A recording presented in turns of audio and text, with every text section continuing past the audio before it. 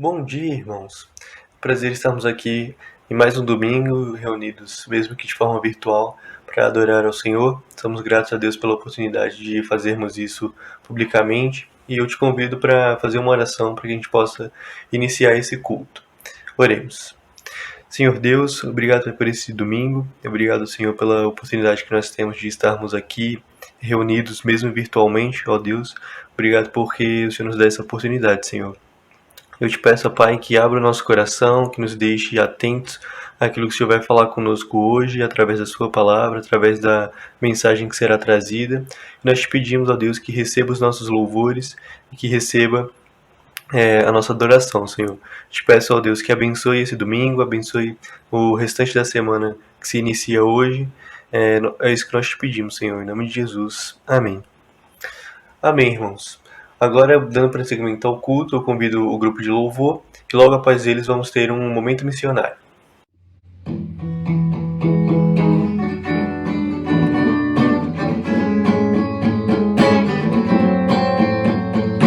É tão bom louvar-vos, ao Deus de toda graça, Deus de toda graça, juntos bendizemos, a quem é nossa força, e assim festejarmos, com toda alegria, o prazer de estarmos em sua companhia. É nossa resposta a esse sentimento, voz no coração, amor incontido, uma viva chama, arde em devoção. É nossa resposta a esse sentimento, voz no coração, amor incontido, uma viva chama, arde em devoção.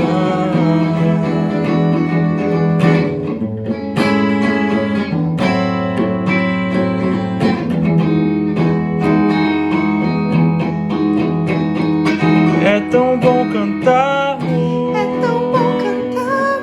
usando a voz e a vida, juntos celebrarmos seu amor sem medida, para proclamarmos razão da esperança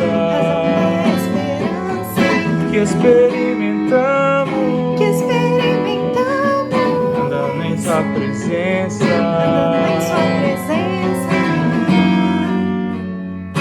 É nossa resposta a esse sentimento, voz do coração,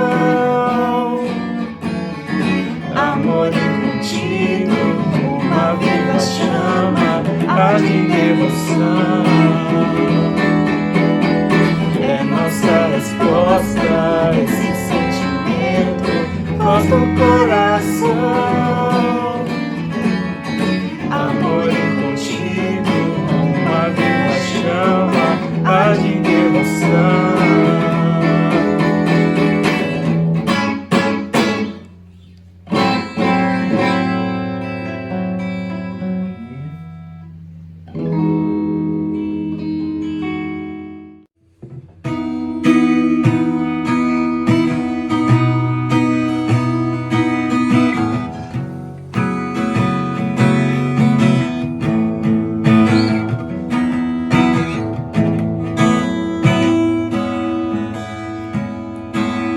Teu imenso amor que me conquistou, eu não pude resistir. Tão grande compaixão, Senhor. Um coração assim se entregou por mim, mesmo eu não merecendo. Meu amor me aceitou em paz.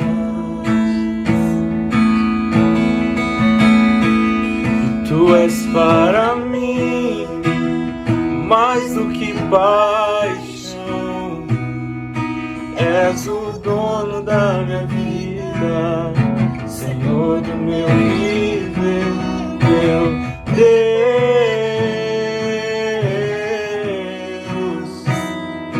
É graça, Senhor, teu eterno favor. Preso eu estou por teus laços de amor, Jesus. Por teu imenso amor que me conquistou, eu não pude resistir. Tão grande compaixão, Senhor. Um coração assim se entregou por mim, mesmo eu não merecendo. E amor me aceitou em paz.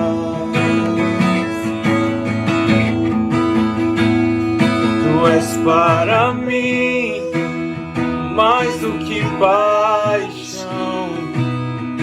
És o dono da minha vida, Senhor do meu viver, meu Deus.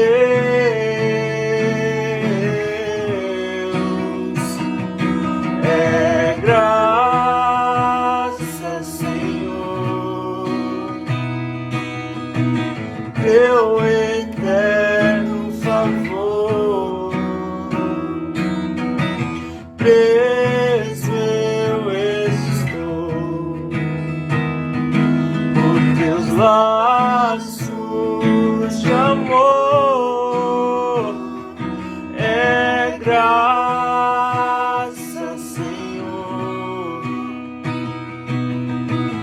teu eterno favor.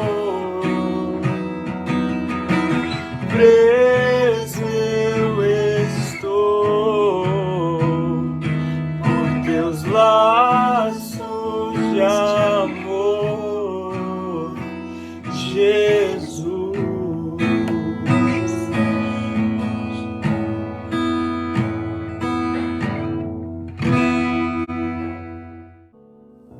Bom dia, igreja! No momento missionário de hoje, nós iremos conhecer um pouco da vida da missionária Elisabeth Elliot.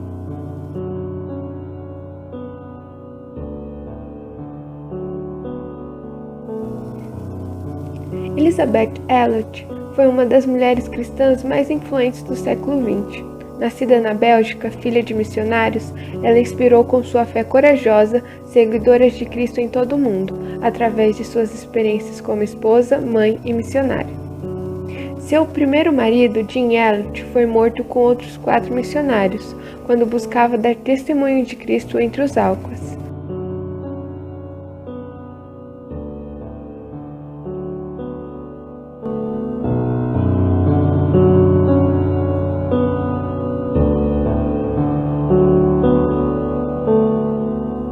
At the same time, we just felt that God was in the whole thing, and there wasn't anything that had happened that was not in the providence of God. Alguns anos depois dessa tragédia, Elizabeth, com sua filha ainda pequena, passou a viver entre os membros dessa tribo, a fim de compartilhar com eles o precioso Evangelho.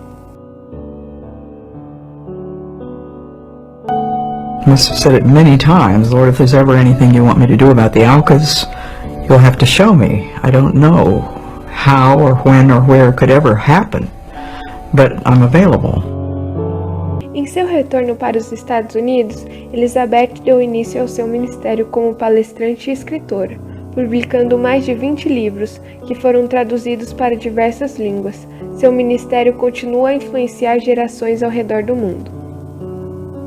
E no dia 15/6/15, ela partiu para ficar com o nosso Senhor Jesus. em seu blog pessoal, tem uma mensagem que diz o seguinte: Elizabeth Elliot foi uma das mulheres cristãs mais influentes da nossa época. Por meio século, seus livros, suas horas incontáveis de ensinamento e sua fé influenciaram pessoas que estavam buscando ao Senhor Jesus por todo o mundo. Ela usou suas experiências de filha, esposa, mãe, viúva, avó e missionária para trazer a mensagem de Cristo para muitas mulheres ao redor do mundo. The older I get, the more totally convinced I am that God does know what He's doing. He loves us with an everlasting love, and He wants us to trust Him. Meus amados irmãos, que a graça e a paz do nosso Senhor Jesus Cristo sejam sobre a sua vida. Após esse tempo de louvor, eu quero te convidar a orar, pedindo ao Senhor que nos abençoe com a leitura e com a proclamação de sua palavra. Vamos orar, irmãos. Deus bendito, nós te agradecemos, Pai, porque podemos cultuar ao Senhor, mesmo nesse contexto de pandemia, com um distante do outro, por todas as medidas de prevenção de saúde. Ainda assim, podemos usar os recursos da tecnologia para estarmos juntos e cultuarmos juntos, Senhor Deus. Então pedimos que, assim como o Senhor certamente ouviu os nossos louvores, a nossa adoração, que o Senhor ministre agora a nós a Tua palavra, agora que leremos a Sagrada Escritura e ouviremos essa mensagem. Que na ação do Teu Espírito Santo sejamos edificados nesta manhã. Isto pedimos, ó Deus, no nome de Jesus Cristo, o Senhor e Salvador. Amém. Meu irmão, minha irmã, nós estamos hoje comemorando aquele que é chamado o Domingo da Transfiguração. É o domingo que antecede um período de preparação para a Páscoa. Você já deve ter ouvido falar, esse período se chama Quaresma, é um período que antecede a Páscoa. No domingo passado nós estávamos falando que quando você pensa no calendário litúrgico, no calendário da igreja cristã, nós temos duas festas principais do ano, que são a Páscoa, celebrando a ressurreição de Jesus, e o Natal, celebrando a encarnação do Verbo, o nascimento de Jesus. E essas festas, tradicionalmente, têm sido antecedidas por um período de reflexão, por um período de preparação.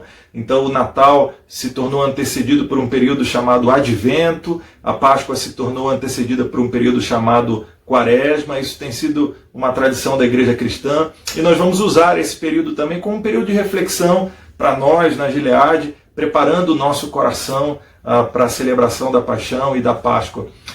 Mas esse domingo de hoje, o domingo da Transfiguração, ele marca o final do tempo comum, o primeiro período da Epifania, e exatamente então antecipando esse tempo de preparação para a Páscoa. Eu quero convidar então você a abrir a sua Bíblia no livro de Marcos. Nós vamos ler o relato da Transfiguração conforme nos traz Marcos, a exemplo do que estamos fazendo nos últimos domingos, meditando no Evangelho de Marcos. Então abra a sua Bíblia, por favor, em Marcos capítulo 9. Marcos capítulo 9, nós vamos ler os versículos do 2 ao 9. Marcos capítulo 9, versos do 2 ao 9.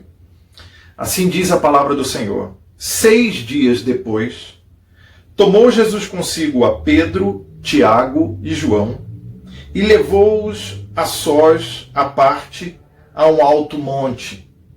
Foi transfigurado diante deles. As suas vestes tornaram-se resplandecentes e sobremodo brancas, como nenhum lavandeiro na terra as poderia alvejar. Apareceu-lhes Elias com Moisés e estavam falando com Jesus. Então Pedro, tomando a palavra, disse: Mestre, bom é estarmos aqui e que façamos 3 tendas. Uma será tua, outra para Moisés e outra para Elias. Pois não sabia o que dizer por estarem eles aterrados. A seguir, veio uma nuvem que os envolveu, e dela uma voz dizia: Este é o meu filho amado, a ele ouvi. E de relance, olhando ao redor, a ninguém mais viram com eles, senão Jesus. Ao descerem do monte, ordenou-lhe Jesus que não divulgassem as coisas que tinham visto até o dia em que o Filho do Homem ressuscitasse dentre os mortos. Que o Senhor nos edifique com a leitura e com a proclamação de sua palavra. Você já passou por alguma experiência marcante com Deus? Daquelas que você se lembra anos e anos depois? Você tem alguma experiência assim? De repente, uma vigília em que você passou a noite em oração e você teve ali um tempo precioso na presença de Deus, ou de repente um culto que ficou marcado na sua memória, seja pela palavra, seja pelas canções que foram entoadas, ou um acampamento. Os acampamentos, os retiros espirituais, muitas vezes nos marcam. Eu me lembro de vários da minha adolescência, da minha juventude, um tempo em que a gente vai e escuta a palavra de Deus e aquilo ali nos toca de forma tão profunda. O problema é que muitas vezes a gente é tocado de maneira profunda durante aquela experiência e passa algum tempo, a gente se esquece daquilo que experimentou. E todo aquele fervor vai por água abaixo. Eu falei no início da palavra, né, que nós estamos nos preparando para entrar num período de reflexão e de preparação para a Páscoa, que é a Quaresma. E eu me lembro na minha adolescência, na minha juventude, dos retiros de Semana Santa. A gente muitas vezes fazia retiros espirituais, acampamentos nesse período de Semana Santa, e era um tempo muito especial, um tempo com Deus. Mas muitas vezes, uma semana depois de voltarmos daquele acampamento, daquele retiro, todas aquelas experiências já tinham perdido o sentido. Isso me faz lembrar aquela canção do Palavra Antiga, Sagrado, que diz: é que o sagrado se tornou hilário, acendeu em abril, se espatifou em maio. E o que ficou? Ficou um riso amarelo. Quantas vezes era assim? Em abril, durante o retiro de Semana Santa, o sagrado acendia, subia, mas em maio ele já tinha se espatifado no chão. Quantas vezes nós passamos por experiências com Deus que são marcantes, por experiências com Deus que carregamos pela vida inteira, mas essas experiências por si só, muitas vezes não são decisivas para nos transformar, para nos mudar. Pois bem, o texto que nós estamos lendo aqui é um texto que apresenta uma experiência marcante com Deus para 3 pessoas: Pedro, Tiago e João, discípulos amados de Jesus, que são escolhidos por ele para subirem a uma alta montanha, diz o texto bíblico. Se você ler o capítulo 8, o texto que antecede esse que nós acabamos de ler, você percebe que há uma revelação sobre quem é Jesus. Jesus Cristo pergunta: quem vocês dizem que eu sou? E os discípulos, na pessoa de Pedro, os discípulos dizem: tu és o Cristo, tu és o Messias. Então eles identificam em Jesus o fato dele ser o Messias, aquele que iria libertar definitivamente o povo. Mas talvez na mente dos discípulos a ideia do Messias, a ideia do Cristo, a ideia do libertador seria um libertador político. Você já ouviu falar disso várias vezes. Eles esperavam um Messias que viesse e trouxesse Israel novamente à sua condição de um reino importante, um Messias que iria libertar os judeus do jugo estrangeiro, da opressão naquele momento, especificamente dos romanos, dessa potência estrangeira. Eles, quando identificaram em Jesus o Messias, o Cristo, talvez essa fosse a expectativa deles. E então, logo após, no capítulo 8, Jesus começa a ensinar: ok, vocês acertaram, é isso mesmo, eu sou o Cristo, eu sou o Messias, mas eu devo dizer para você que a minha glória, ela virá a partir do meu sofrimento. E Jesus Cristo começa a ensinar para eles então que o Filho do Homem deveria sofrer e morrer, mas logo após ressuscitaria. E Pedro tenta passar uma reprimenda em Jesus, né? Diz o texto bíblico que Pedro reprova Jesus, chama Jesus de lado e diz: olha, isso que você está fazendo é errado, não fica falando mais isso, vai desestimular os discípulos. E Jesus Cristo diz: arreda, Satanás. Como quem diz: Pedro, você está agindo como o diabo na tentação, que tentou me afastar da minha missão, tentou me afastar do meu propósito ao querer me dar os reinos desse mundo. Você está agindo como o diabo agora. Eu preciso morrer, eu preciso sofrer, porque é através da minha morte que eu vou trazer essa libertação, já que eu sou o Messias, o Cristo, o libertador. E Jesus Cristo continua dizendo, né, e ainda mais do que isso que eu quero dizer: não apenas eu preciso sofrer para cumprir a minha missão, como vocês, como meus discípulos, também precisam estar dispostos a carregar a cruz de vocês, a negar a si mesmos, a participar do meu sofrimento. Então, o que está acontecendo no final do capítulo 8? Jesus Cristo se identifica como o Messias, como o libertador, mas um libertador espiritual, que veio libertar o povo não da opressão, do jugo do estrangeiro, mas libertar o povo da opressão do pecado, do jugo do diabo. E nesse instante em que os discípulos podem ter ficado confusos, se você continua lendo o Evangelho de Marcos, você vai perceber que eles ficam confusos mesmo. Então, nesse momento, Jesus Cristo convida o núcleo duro dos discípulos, Pedro, Tiago e João, para subirem a uma alta montanha com ele. E acontece o que nós acabamos de ler aqui no capítulo 9, o relato da transfiguração. Esse é o momento chave do Evangelho de Marcos. A partir de agora, Jesus e os discípulos começam a fazer uma caminhada em direção a Jerusalém, começam a fazer uma caminhada em direção à paixão, ao sofrimento e à morte de Jesus Cristo, a caminhada que nós também vamos fazer nos próximos domingos, né? Esse é um momento, então, de virada no Evangelho de Marcos, o relato da transfiguração. E olha que interessante, se você olhar lá para trás para o Antigo Testamento, em Êxodo capítulo 24, você também tem um homem subindo em uma montanha. Diz o texto em Êxodo 24 que Moisés sobe a uma montanha, Moisés sobe ao Monte Sinai. E olha quantos paralelos. Moisés sobe ao Monte Sinai, uma alta montanha, acompanhado de 3 pessoas, de Arão, Nadab e Abiú.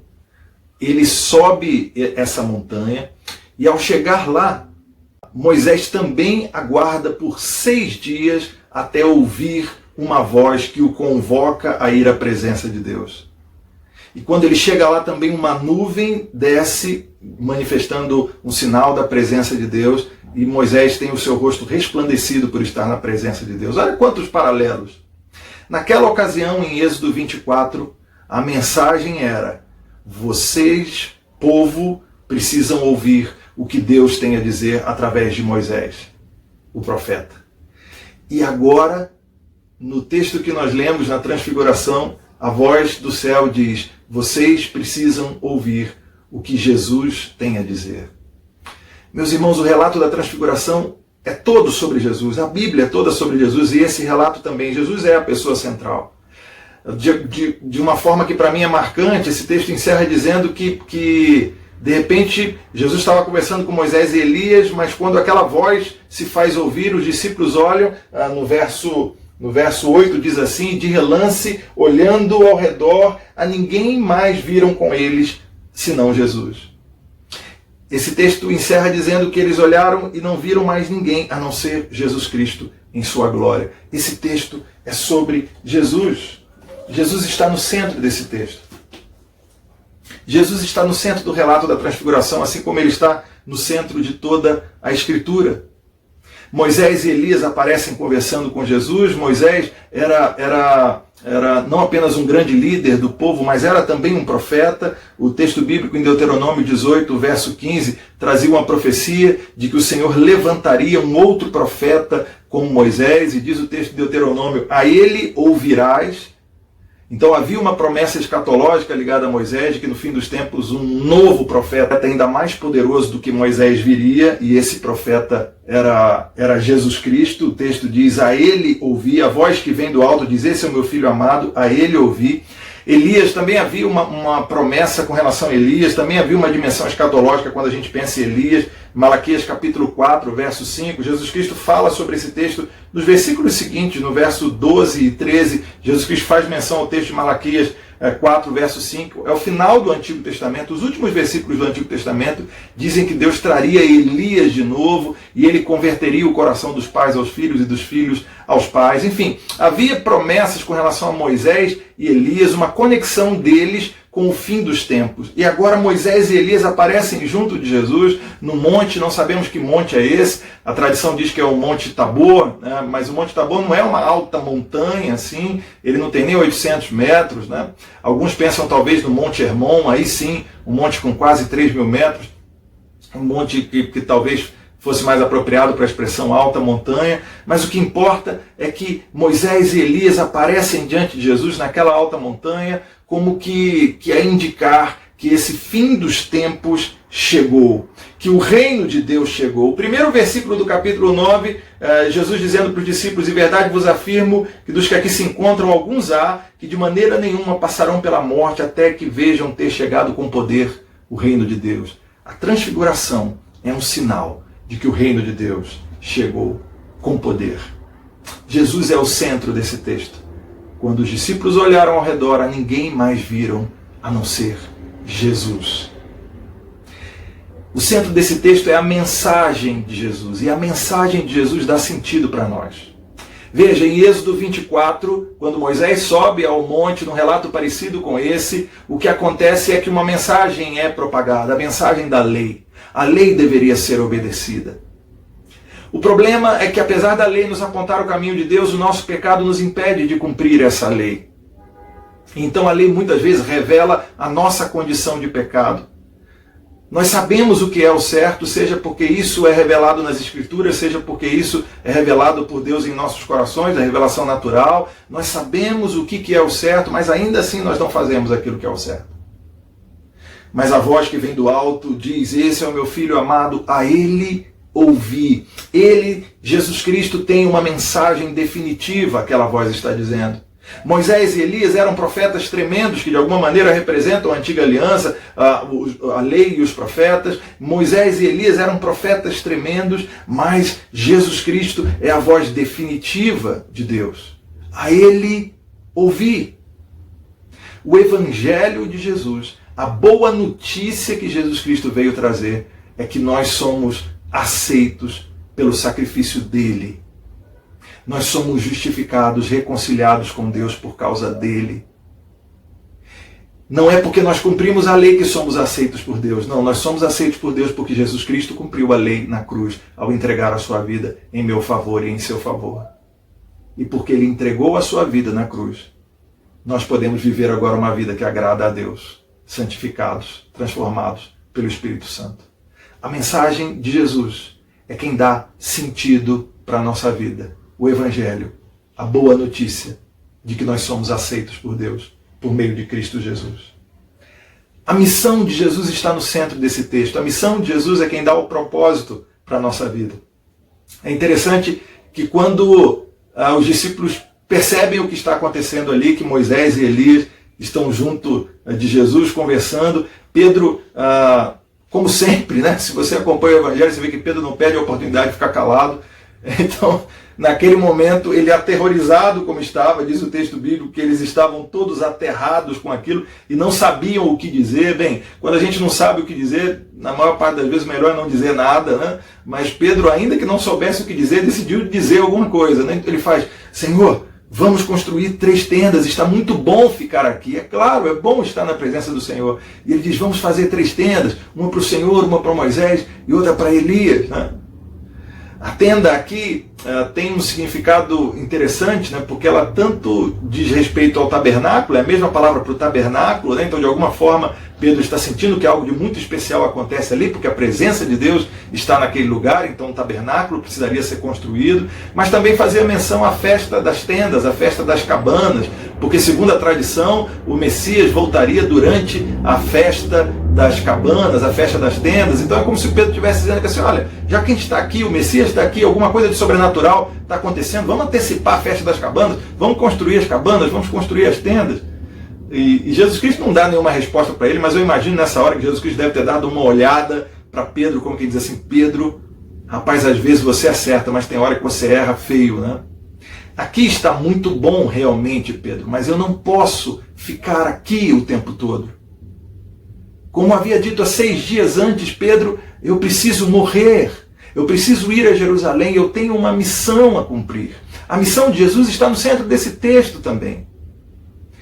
A missão de Jesus é quem dá propósito para nós, porque nós continuamos a missão de Jesus. Nós continuamos a missão de anunciar o Evangelho, a boa notícia da reconciliação entre os homens e Deus por meio da morte e da ressurreição de Jesus Cristo. Irmãos, nós também não podemos imaginar que a nossa vida aqui na terra vai ser ficar o tempo todo no culto, louvando, bendizendo ao Senhor e construindo tendas e ficar experimentando ali da glória de estar com os nossos irmãos cultuando. A nossa missão é fora das quatro paredes da igreja, a nossa missão é quando saímos ali do culto para anunciar o Evangelho e viver o Evangelho em nossa vida.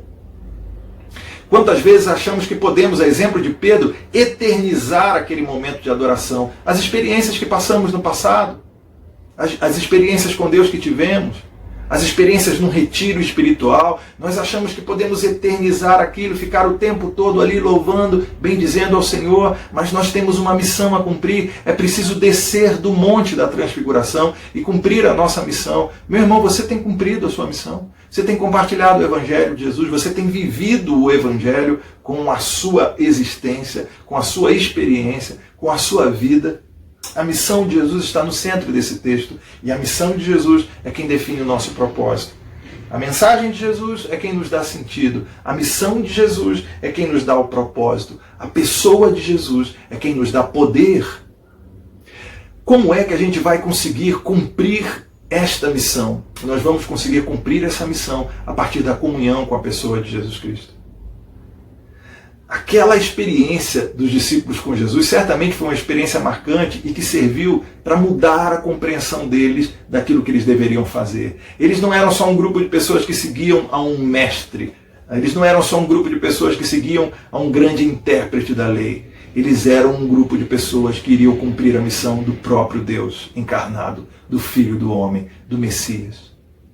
A pessoa de Jesus Cristo é o centro desse texto. E essa pessoa, com todo o seu poder, é quem dá também a autoridade aos discípulos para cumprir a sua missão. Ali estava o próprio Deus. Em Êxodo 24, Moisés não pôde ver a face de Deus. Moisés viu apenas de relance a glória de Deus. Mas agora, aqueles discípulos podem ver o próprio Deus manifesto em sua glória. Em Êxodo capítulo 24, naquele primeiro encontro de Moisés com Deus, o rosto dele resplandece por causa da glória de Deus sobre ele. Mas aqui em Jesus, o seu rosto, as suas vestes resplandecem por causa da sua própria glória. Não é uma glória que ele recebe ali, mas é a sua própria glória, que por um relance é demonstrada àqueles discípulos. Essa é a pessoa de Jesus, cheia de poder. E esse Jesus Cristo está em nosso meio. Esse Jesus Cristo está em nosso alcance, ao nosso alcance. Esse Jesus Cristo está vivo e é na comunhão com Ele que nós também temos poder e autoridade para cumprir a nossa missão. Você tem essa comunhão com Jesus? Você está próximo de Jesus? Você está perto dele? É nessa comunhão com Ele que nós somos habilitados a cumprir a nossa missão, porque recebemos poder dele. A mensagem de Jesus está no centro, e essa mensagem é que nos dá sentido. A missão de Jesus está no centro, e essa missão é que nos dá propósito. A pessoa de Jesus está no centro, e essa pessoa é quem nos dá poder. E a glória de Jesus está no centro, e a glória de Jesus é um alvo para nós. O nosso objetivo é a glória de Jesus. De três formas, meu irmão. Primeiro, a glória de Jesus no sentido de que tudo aquilo que fazemos, fazemos para a glória dele. A glória de Jesus é manifesta nesse texto, né? O próprio Deus encarnado, Jesus Cristo ali, de repente, mostra para os discípulos um pouquinho de quem ele é, com grande poder, com grande glória, com Moisés e Elias rendendo-se a ele, com uma voz do alto dizendo, é a ele que vocês devem ouvir, preste atenção nessa mensagem. Um relance da glória de Jesus Cristo. E tudo o que fazemos, o alvo da nossa vida deve ser a glória de Jesus, viver para a glória dele. As nossas atitudes, as nossas palavras, tudo aquilo que fazemos, agimos ou pensamos deve ser para a glória de Deus. Viver para a glória de Jesus. Em segundo lugar, tudo o que fazemos, quando a gente fala que a glória de Jesus é o nosso alvo, tudo o que fazemos é olhando para frente, para aquele dia em que a glória de Jesus será manifesta. Esse texto, de alguma forma, ela aponta também para a vinda definitiva do Filho do Homem, para aquele momento em que Jesus Cristo voltará e a sua glória será vista por todos os homens. Aqui, um relance dessa glória, como eu disse, é mostrado, mas naquele dia a glória de Jesus Cristo será manifesta a todos os homens, como nos diz o livro do Apocalipse, e todo o olho verá, toda língua confessará que Ele é o Senhor, todo joelho se dobrará diante dele, a glória dele será manifesta mais uma vez, quando Ele vier com todo o seu fulgor. Então, quando nós dizemos que o nosso alvo é a glória de Cristo, nós também queremos dizer com isso que esperamos ardentemente aquele dia em que Ele voltará, manifestando a sua glória.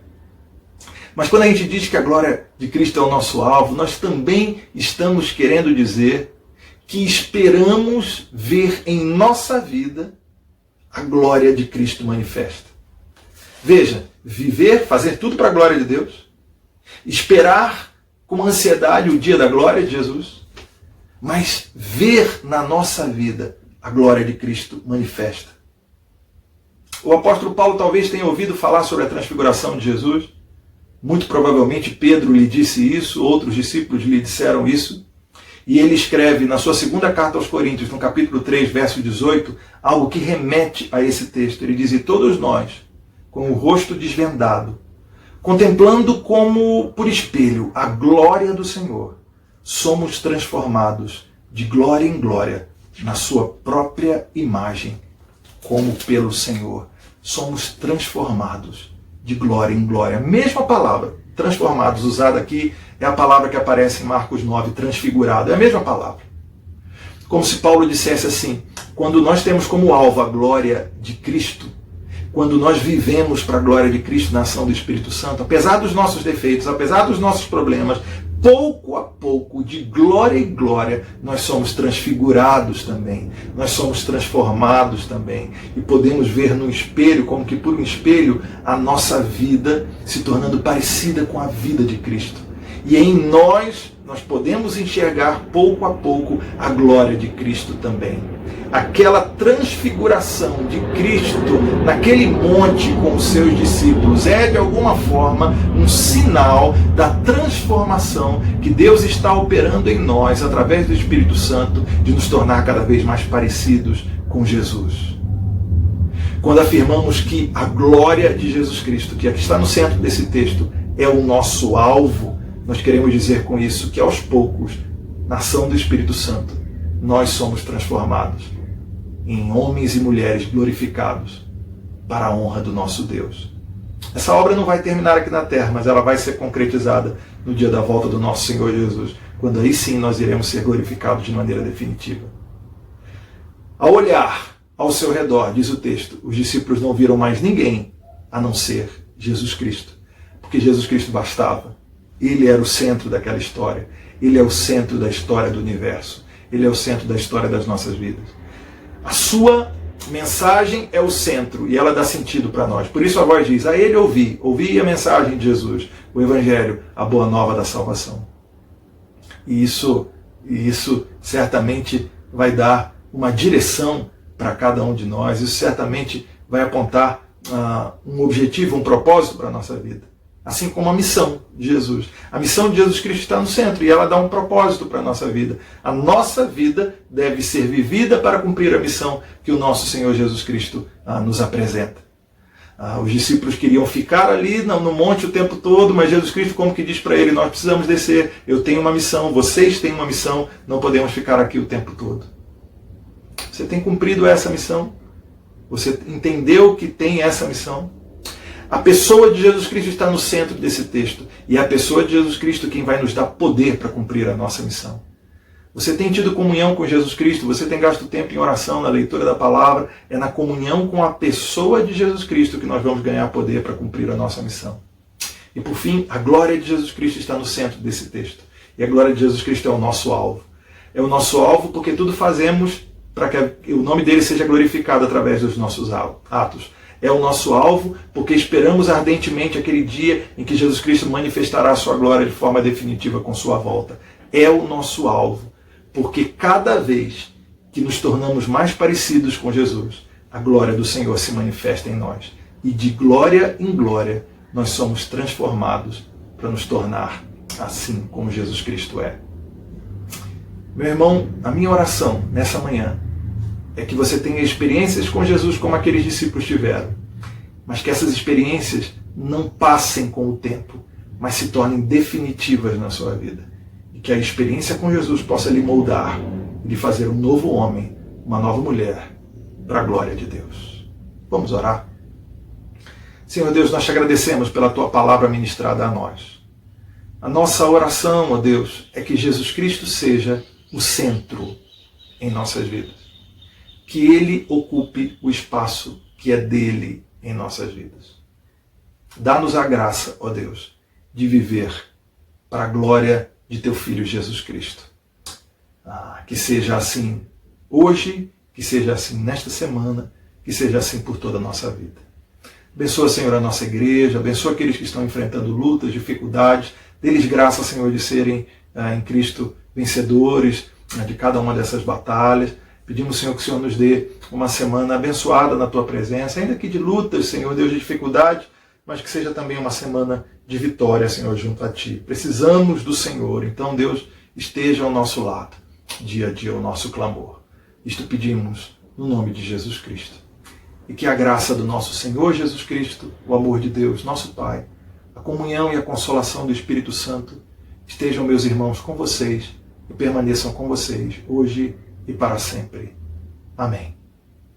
Meu irmão, que Deus te abençoe, dê um abraço aí na pessoa da sua família que está ao seu lado, tá bom?